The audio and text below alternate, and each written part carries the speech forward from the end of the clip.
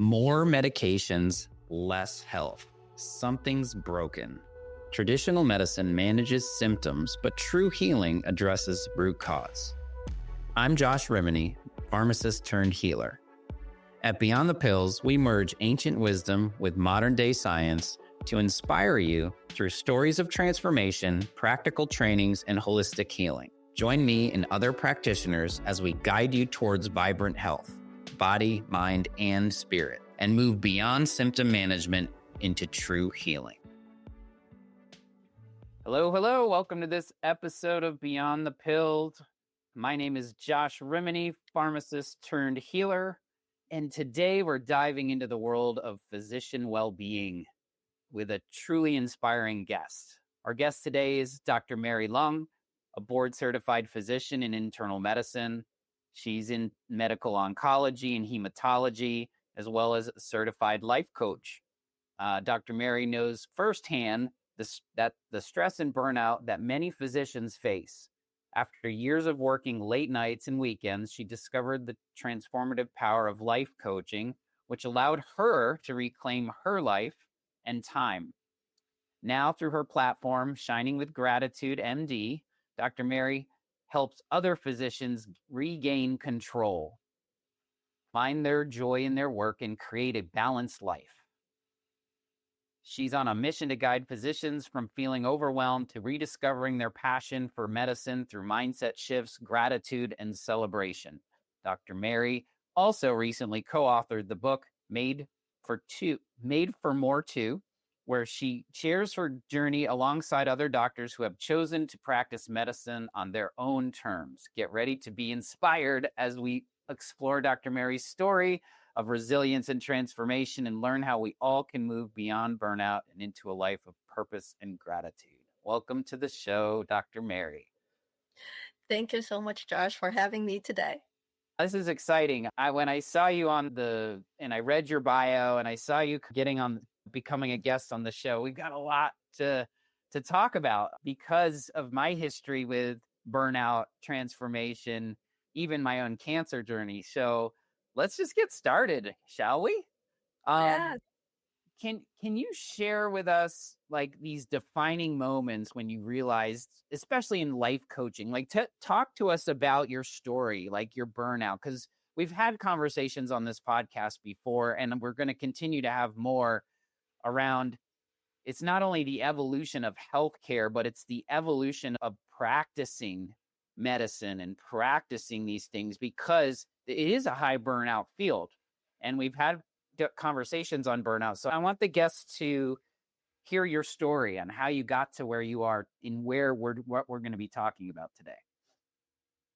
Yes, my journey to medicine, I would say it's a pretty straightforward one. I've always wanted to be a physician, probably influenced by my parents. They're both, retired now, or they so-called retired, but they're still doing things they enjoy, like lecturing and all. And so I just thought that I wanted to help people. And being a physician seemed to be the thing to do. Thankfully, they never really gave me the pressure of becoming a doctor. So I just studied hard, went into medical school, residency, and really realized that I enjoyed about medicine is that I like the long-term relationships with the patients. So I want to take care of the patients, not just in episodic encounters. So then I chose oncology to be my specialty. And so when I landed my first attending job after fellowship, I thought, that's it. I hit it. And then shortly after that, I joined the private practice that I joined was very busy. And within a couple months, my schedule was full. And slowly, gradually, I realized that I was going home later and later to the point that I was just going home past 7, not because my work was done, but because I wanted to see my children before bedtime. And then I would be charting some more. And sometimes it would be even charting over the weekends. And that went on for quite a few years. to the point that I was just feeling very exhausted and I felt drained. And I felt that I was just going through the motions, doing the routine, and I didn't really enjoy making or didn't really have the capacity to make real connections with my patients because I was so tired. And at that point, I think I have contemplated quitting quite a few times or changing into part-time job. But then I'm in the New York metropolitan area, very saturated. Options are not a lot, I think, and also, considering financial and all these other things that I just felt stuck in my job that I just kept going and going.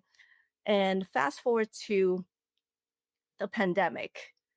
So that was 5 years ago. And then everything was in a halt except for medicine, I guess, in a sense.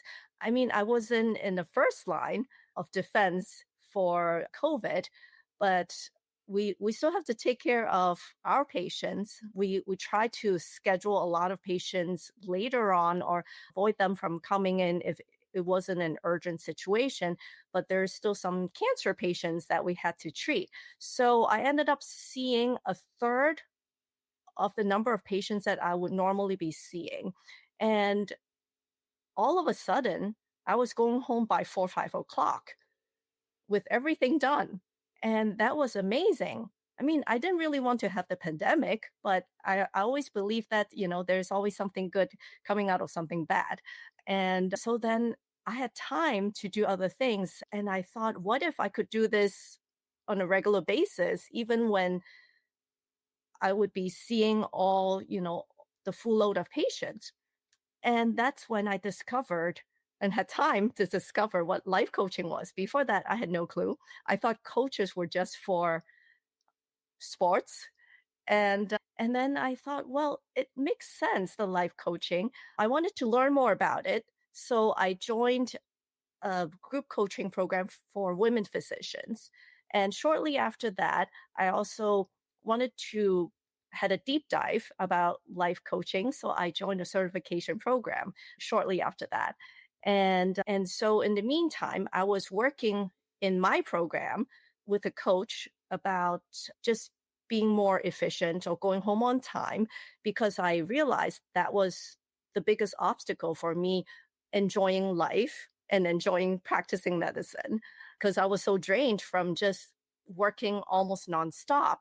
So then, just with, I'm sure we'll talk a little bit more about it in a little bit, that in about 3 months, I was able to go home by 5:30 with all my work done. And at that time, I was already going back to seeing the full load of patients, average about 25 patients a day.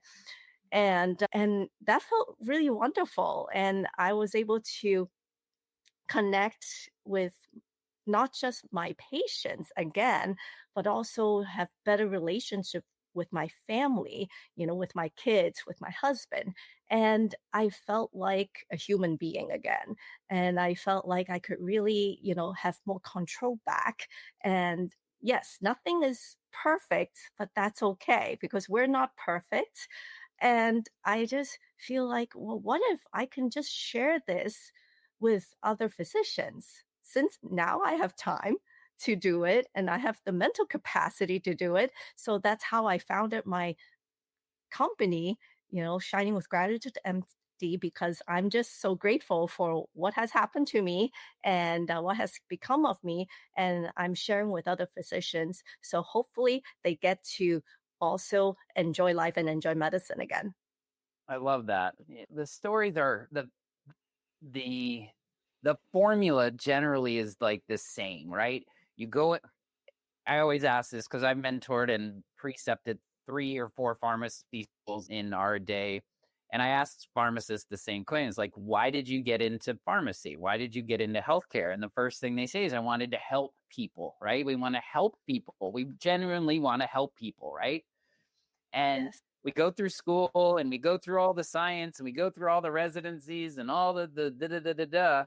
And then we get out and then we get it's almost like you become a product of the system, right? Here's all your patients and you're moving through it and you're helping people, but at the same time, it's at our expense, right? It's at our own stress levels. And all of a sudden it just becomes part of that wheel.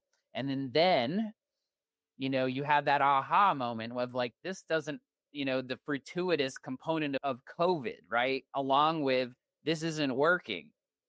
And so COVID, like you said, like even these things, there's a shining light at the end because you learned you could put your streamline your patient care, get to this place, and then all of a sudden you started to become full, right? This bucket became full, which helped spilled out over to your patient care and your family. And all of a sudden, I love when I hear these stories because it's a similar track for me. Is like there's a component as physicians and as healthcare workers and providers is choosing self first is not selfish, it's self full.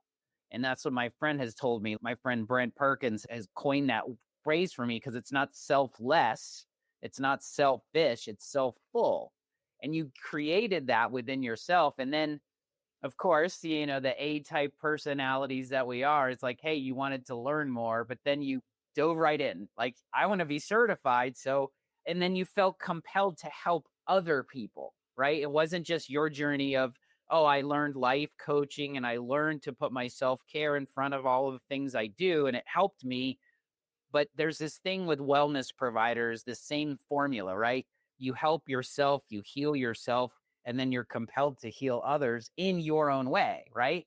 Your own way is shining with gratitude MD because you're an MD. You want to help other MDs because you know that there's a better way. And so I love the smile on your face. It's like the ahas. It's like, so what were some of those initial challenges you faced when trying to reclaim that time and reversing burnout? Walk us through the process because I think that's really important, especially as providers and physicians and people that are listening. Is it's nice to hear stories of transformation, but it's almost like, well, what did you do? Like, what were the first steps that got you through that? Because in my belief, in my own healing journeys in different ways, is I've come to this belief system that the only way forward is through and moving through it in a way. So talk to us a little bit about the initial challenges you faced trying to reclaim that time and reducing that burnout. Yes. So I think initially I didn't think that it was possible to change anything. I think that was the biggest challenge is the unbelief um, Hmm. that, or I thought that, oh, I have done all things. I've tried everything. Nothing worked. I'm still working these long hours. I'm still having all these charts to write, all these phone calls to make, return calls to the patients. And this is the time that I need to work through it. And I have too many patients in my schedule. So I think the belief shift is the very, very first step that I think everyone need to question. Is like, is it true? Is there another way? Is there another option? So Yep. I think that when you're questioning yourself, that really brings up the curiosity that, oh, maybe there is some other way. I mean, someone else has done it. Maybe that's a proof that it is possible. So I think that it's really shifting from the unbelief or the impossibility to a little bit of hope of maybe it is possible, because I think that when you don't believe that anything can happen, then it's not going to happen. It's like, I always say, when you're trying to learn how to ride a bicycle, if you don't believe that you can do it, why would you even try hard to do it? So I think it's important to believe that, hey, it is possible. You may not know how yet, but that's the very first step, and be curious about it. And I think that's what I worked through initially, that it is possible for me to have something different. And I think that was the biggest driving force for me to even took that leap of faith to join the life coaching program. And then, just I think with the little spark of hope is what drives to have a little bit more belief. And the more you do it, the more you see that, oh, maybe it is possible. And then you feel a little bit excitement inside you. And then you're more willing to try different things. Maybe something doesn't work, doesn't mean that it won't work at all. In the end, you're still going to work something out, but just you may have to try 20 different things. Some people may just have to try 5 different things, but I think it's just to keep going and also to be okay to ask for help. And I think that a lot of times when, especially for physicians, it's like, oh, we're supposed to know everything, and Yeah. we feel embarrassed to ask people for help. I mean, I've gone through that. I'm very open to asking for help. And I think that it's not, oh, I'm lazy and I don't want to think about it. But it's like after you think about things and you just feel stuck. And sometimes maybe someone else just have to say a sentence. You're like, oh, that's what it is.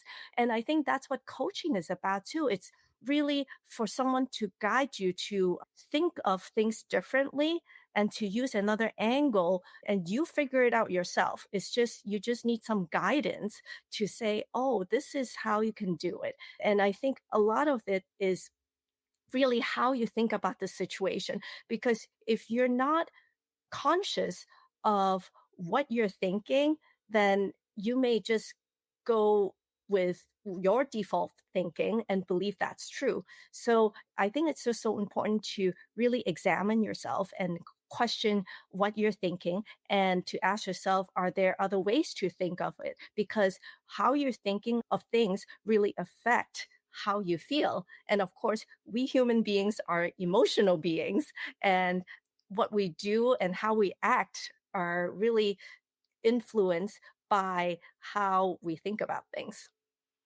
I firmly believe that. And a lot of the work I've done with Dr. Joe Dispenza is in that same field, going from thinking and feeling and acting. And yes, belief, right? Belief is just a string of thoughts. And it's moving from your thinking. And yes, we're emotional, but like belief is the way I look at it in these days, because we are in the realm of quantum realities, multiple realities. We know this now. And so if there's an infinite amount of infinite possibilities, then there's a possibility that you could become stress free, that you can run your business and your life and be a physician and a pharmacist in a high stress reality and still feel whole, right? That hope, that curiosity. I always call it like the beginner's mind, right? Being curious around the opportunities that are in front of you. And I'm in the same boat. I think the way I've always treated my own health and journey and my own transformation is you said it before, like you may have to try it 20 times and some people might only have to try once or twice, right? It just doesn't, it's always individual. So the way I look at it is you got to get up more than you get knocked down. Like if you get knocked down 100 times, you got to get up 101, because every time you get up, there's a learning event there. There's something that happened. So I'm really trying to sort through myself as well as like, it's not good or bad. It's like you're winning and you're learning, right? So these events that happen that we don't tend to prefer, or we label as a negative experience or a negative emotional experience, a depleting event. Well, I always try to just tell myself, what am I supposed to learn here, right? So I Mm. love that. And yes, I think being a coach, a life coach or a mentor is really being that guide. Like you said, it's guiding someone to that possibility of thinking about it from a different way. And the way I look at coaching, and I've always looked at it this way, is when you think about it, coaches don't play the game. They coach, right? If we're watching basketball when this was being recorded, right? Like, so the coach doesn't play in the game, but he offers the guidance, right? Yes. The guidance. It's the players that play the game. It's the patient. It's the person, right? It's the person playing their own health journey, their own life journey, but acting as a guide is how we can do it rather than figuring it out all on our own, right? If we did that, it just takes more time, more money, more energy. And that's why I feel having a mentor, having guides in your life has probably been the number one game changer for me, for sure. I'm so glad that you were inspired. So talk a little bit about what inspired you to create Shining with Gratitude MD, and what kind of impact has it had on other physicians so far? Yes. So it is really, I just feel after being coach and after being able to achieve going home. Well, initially it was 5:30. Now it's really consistently before 5 o'clock, seeing the 20 some patients that I see. And I just feel refreshed. I feel recharged. I feel hopeful and grateful. And that's, I think my nature is really, I want to help people. So, instead of just helping patients, why don't I help other physicians? Because if I can help other physicians through this journey that I've gone through in a much faster way, or as you mentioned, that yes, maybe eventually individual physicians will figure it out what to do in terms of getting over burnout or have more work efficiency.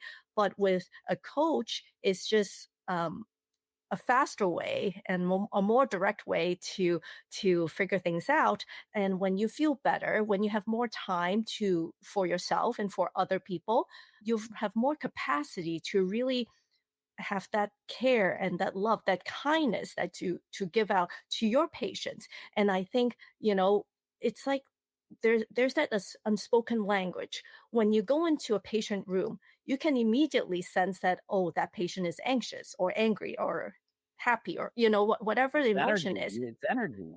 It Yeah. is. And so it's the same way the other way around, that, the patients can feel how you're feeling. So if you're hopeful, if you're pleasant, if you feel happy or peaceful, they can feel it. So I think that, if the physicians that I coach can just give out that pleasant vibe for the patients, and I think that is really more than just addressing their diseases, so really healing the patients as a whole person.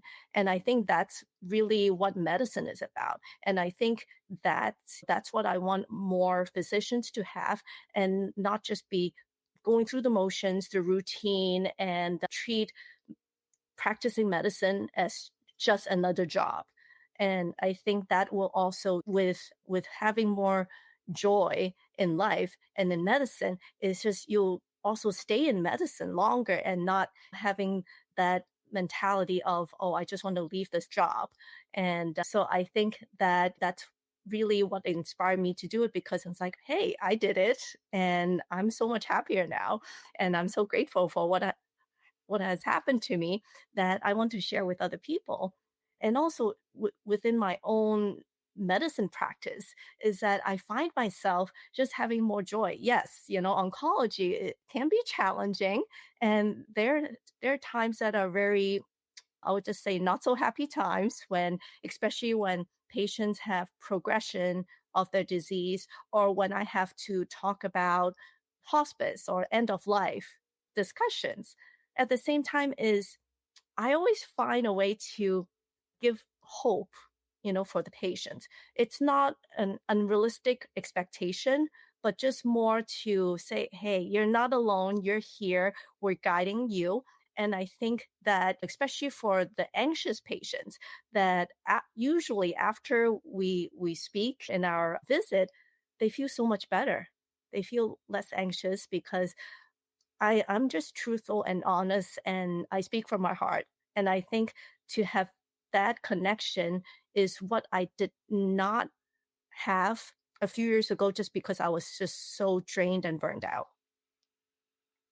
Yeah. I think there's some really good points in here from a perspective of a practitioner, because having those connections, deep rooted connections with patients is people, is because that's what we are. We're not just treating the thing or the body part or the dysfunction, we're treating the person. And when we shift our mindset, and me too, I wear my heart on my sleeve, and I definitely lead with my heart. And I, we've done a whole podcast episode on the word connection, because it's so important, not connecting with ourselves, connecting with our patients, connecting with the environment, with something bigger, right? These things that, especially in because I'm a leukemia survivor, so I'm very in tune to oncology, hematology.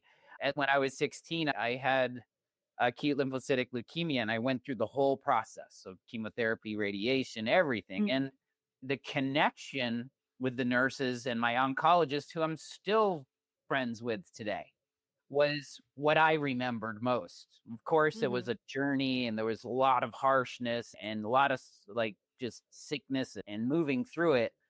But again, it's that same belief, that same possibility of getting up more than you're getting knocked down and just showing up. But I remember the connection points, the care. It wasn't the chemo bag, right? It Mm. was the care. And so I'm glad that you're helping yourself and you're helping other physicians, moving them towards this coaching process and building that through. How do you approach guiding these physicians who might feel resistant or skeptical about this process? It starts with belief, starts with curiosity and hope. We talked about that. But what's your approach when you get your physicians are finding you and they're getting through this process of like, hey, I'm here. I want to be here, like there's that tension, right? That resistance there. But what are some things that maybe you approach in your coaching process as they're getting used to something they may not have been used to? Yeah, I think I usually early on I share with them that, be curious and open-minded, about things, just about different possibilities. There may be things that you haven't thought about. It may be that may be something that's for you.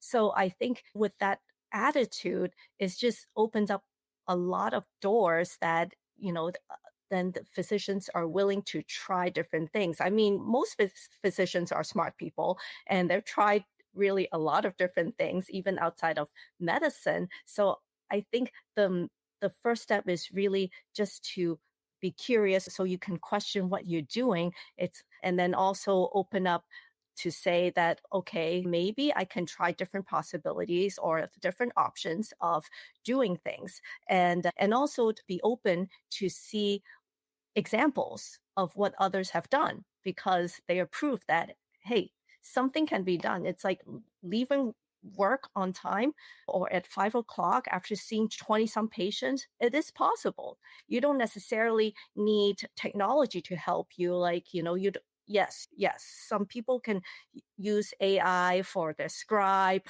but that's not necessarily the only way to do things. And of course, different people work differently and different styles and also different resources because if you're in different institutions you don't necessarily have the same electronic medical record or staffing or anything, but there is a way to work it out. And I think that just to get over that mindset shift is the most important thing. And then we just work little bit by little bit. It's just when you're helping a patient to lose weight, if you say lose 50 pounds right now, that's like too much.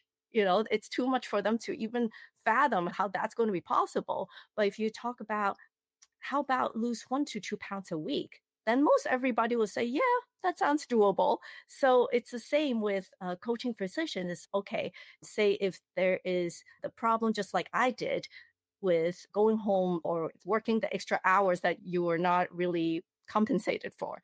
Say if you're working extra 4 hours a day, how about we'll set it to 3.5 hours first? And so that seems to be reachable for now. And of course, that's kind of the shorter term goal. So you set like your goal and then you kind of work little bit by little bit to your ultimate goal. And in the meantime, I think it's also important to remember, and I share with my physician clients too, it's why are you doing it? For me, it's I want to finish work on time so I get to spend more time with my family. So that's my why.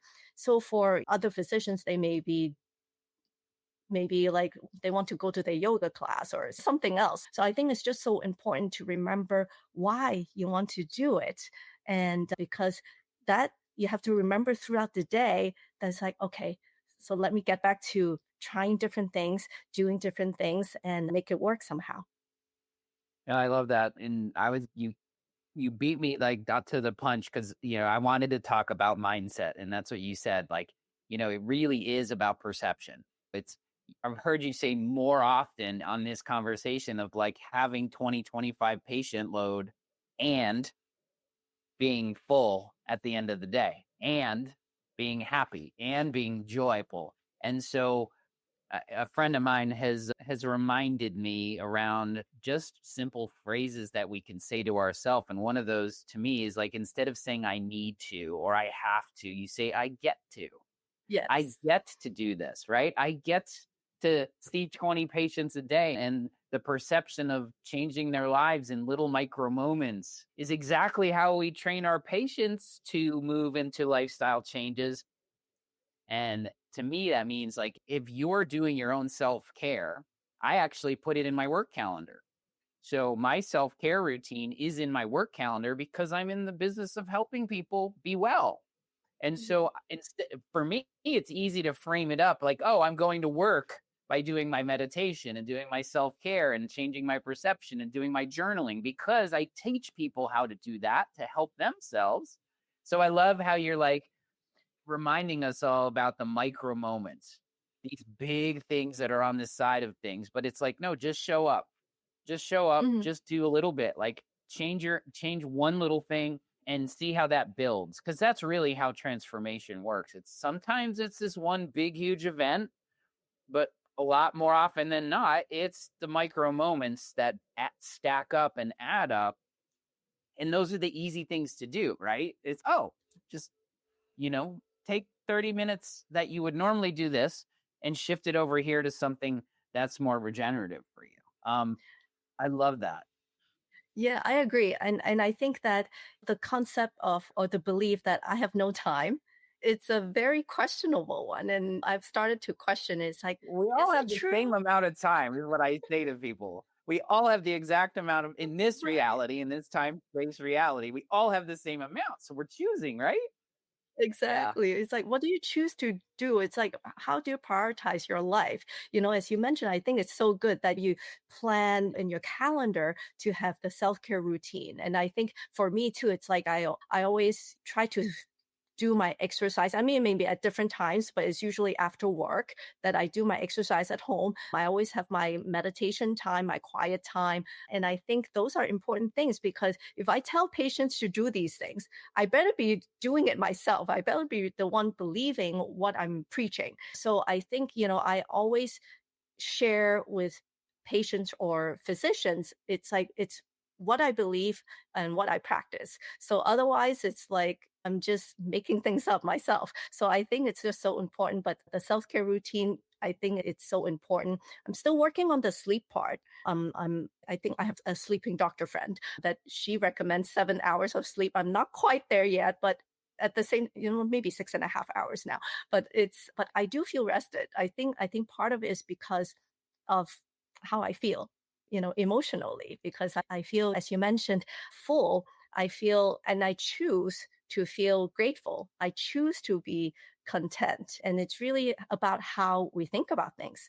I also share usually, I mean, a lot of times it's like when you wake up, it's what is your first thought in the morning? If you think that, oh, it's another day that I have to go to work, it's like when you hear it in your head, it's kind of like you're dreading it. You feel the dread. And instead, if you think of it this way, it's like, oh, it's a new day that I get to make a difference. Or it is going to be a good day. Well, my favorite sentence for myself, it's going to be a good day no matter what happens. So that, that kind of like, I feel hopeful. I feel kind of a little excitement about the day. It's so even if something goes wrong, like if there are any weird surprises or accidents or anything, then I'm not going to have that affect how I feel. I'm going to make it work. And I share this with my staff too at work that, today is going to be a good day. We're going to take care of the patients. We're going to go home on time. So I think that just by thinking and feeling differently, it just changes the whole day.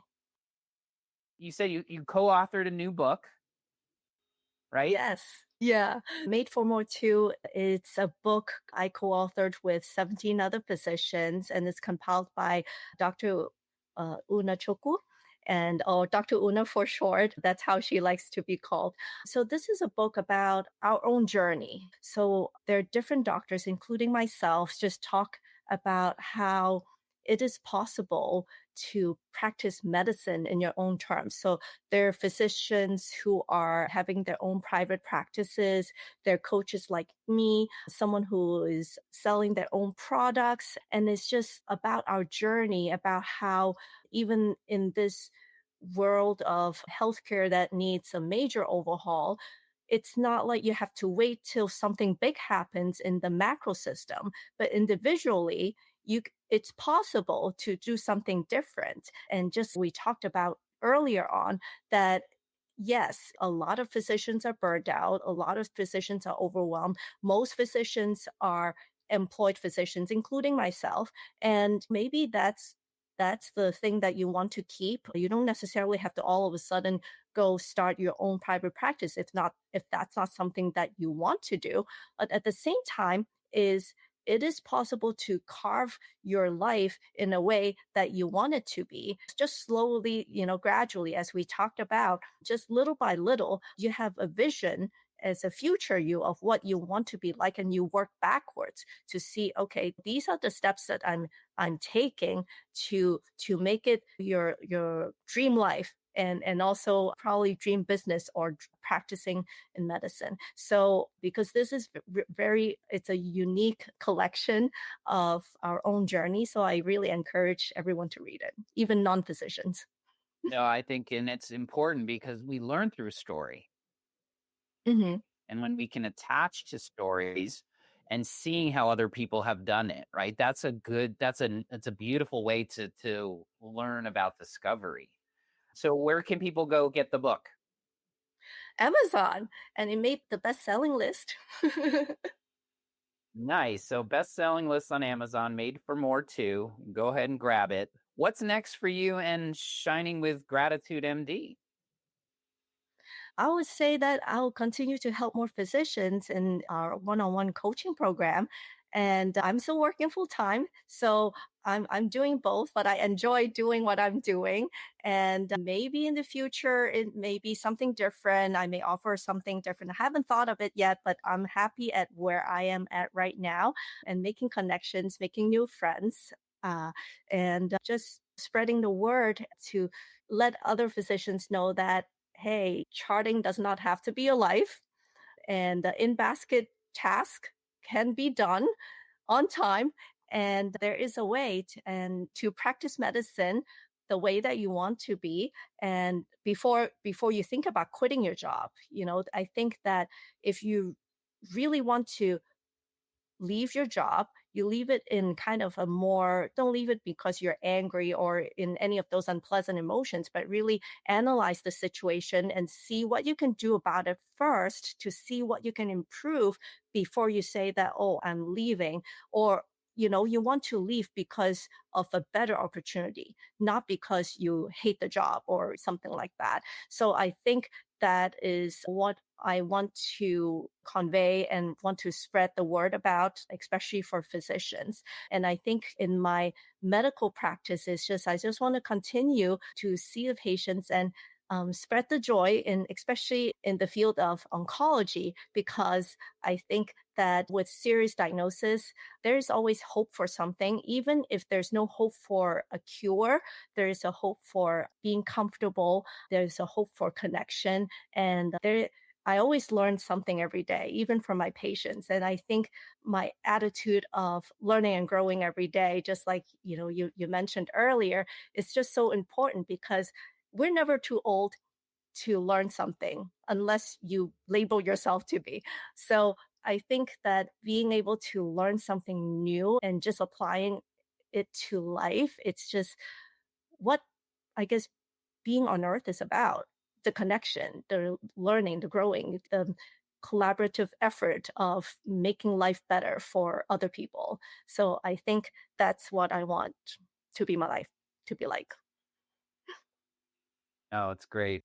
In the midst of, you know, heavy diagnoses and heavy life uh, altering conditions, right? And moving people through that and learning from the beauty of the humanity behind, especially because I love helping and treating and helping cancer patients in different ways. And I think they have a lot to teach us too, and in moving, like, just seeing how they embrace their perception in midst of these massive, because they're just so dear and true to my heart, because I've gone from patient to provider in different ways, and I think it's just a beautiful way for you to kind of just talk of that, because you're learning from them in such awesome, cool ways. And yes, we're always learning, always. Like, there's Mhm. nothing, we're human beings, divine beings on this planet, to learn more and to be able to connect more and to be able to serve better, and moving forward with that. um this is a great, just lighthearted, beautiful framework for an episode. So thank you for that. As we're kind of wrapping up here, go find her book, go check out Shining with Gratitude, MD. Um, what's Whether it's physician or patient, person, whatever, um, as we wrap up, is there like one thing you want people to understand as we move into this new era, this new, like, shift, like you said, in medicine and in life? What's one thing you want people to grab from today's conversation? I think it is that we have more control than we think because we get to choose what to think about a situation. And the situation itself is neutral until we label it or until we have an opinion about it. So what we think really affects how we feel. So we can decide if we want to feel more neutral about the situation or angry about the situation. It's really up to yourself. And I think with that is that why not choose something more pleasant? And I think that with that approach in life, it's just really, I think it just really shines more light and more brightness to the world. And I think that of course there are things that you cannot control. There's still going to be things that are going to be upsetting. And I'm not saying that, oh, with coaching or with thinking positive all the time, that it's not going to be having the other side or the negative aspects of emotions or events or anything like that. But it's just that you have more capacity to handle the unpleasant situations. That what you can control, it's how you think about things. What you cannot control, don't argue with it. Just if it happens, then we know how to deal with it and always ask for help. And I think that's a really important thing. It's when you're stuck, don't deal with it alone. Ask for help. That's beautiful. Good way to wrap this up, because I believe the same thing, is like, it does, we do have choice. We always have choice. And when we need help, we should know where we need to help from. So this is beautiful. Thank you so much, Dr. Mary. This was a great, great, just beautiful episode. I was really happy that you were able to serve the way that you serve and get on the show and tell people how they can, and physicians, how they can lead a more joyous life, even in the midst of the things that they may or may not be serving with. So thank you so much. I really appreciated this. Yeah, thank you so much for having me. That's a wrap, everyone. Until next time, stay well. Thanks for joining me today on Beyond the Pills. If our mission to deprescribe 10 million unnecessary medications resonates with you, share this episode, subscribe, and leave a review. Whether you're a practitioner or someone ready to reclaim your health, visit rx2wellness.com for free resources to begin your journey. Together, let's go beyond the pills and co-create a world of vibrant health and true healing. Until next time, live better and stay well.